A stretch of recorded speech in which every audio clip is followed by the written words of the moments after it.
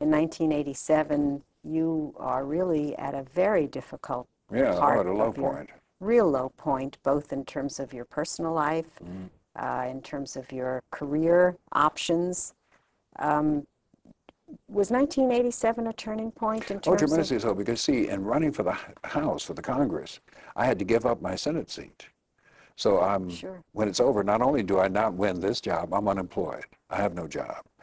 And I had no prospects for a job. And my marriage is ending, falling apart. So all of these things at the same time is just a tremendous, I don't want to say burden, because, well, whatever it was Well, tremendous. you were Yeah, 47 years old, yeah, and your world was clearly falling apart yeah, at that coming to point. an end. And so one thing I'd really like to hear you reflect on is how you saw the way out of that. Where did the strength come from, or what kind of strength did it take to Well, be able to figure out a new path, a new way from there? Was it just circumstance that led you to where you got, well, it or? was a combination of circumstance, I think, and then my seeing a chance and going for the chance. Because I think when you get in a situation like that, what can you do? You can go up, you can go down, Sure. either way. And you're going to go one way or the other, no matter what happens, unless you take hold. And I decided I had to take hold. I had to find something else to do. As I had no prospects. Nobody was saying, wouldn't you like to work for me? I have a Sure. job, you can do this.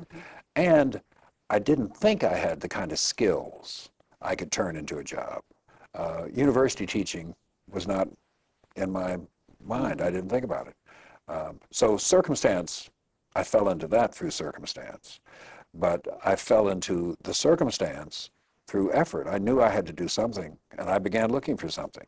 And it wasn't so much I was considering, maybe I'll do this, maybe I'll do this, maybe I'll do that. But I knew I was going to do something. I had to do something. I had responsibilities.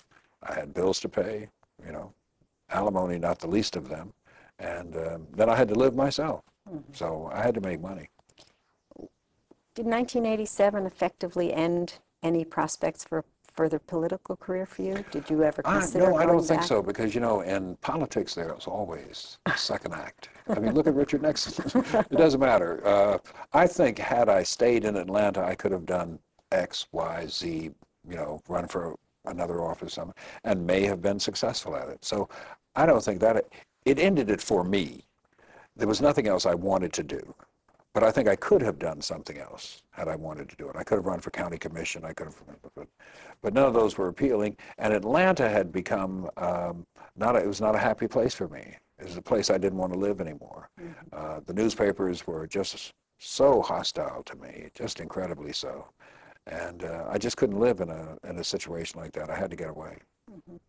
So is that the point at which you moved to Washington? Yes, I moved to Washington. And what caused you to move to Washington in 87? Why Washington? Why not? Washington, I knew someone here and moved to be with her. And we subsequently got married, that was Pamela Pam. Horowitz. We subsequently got married.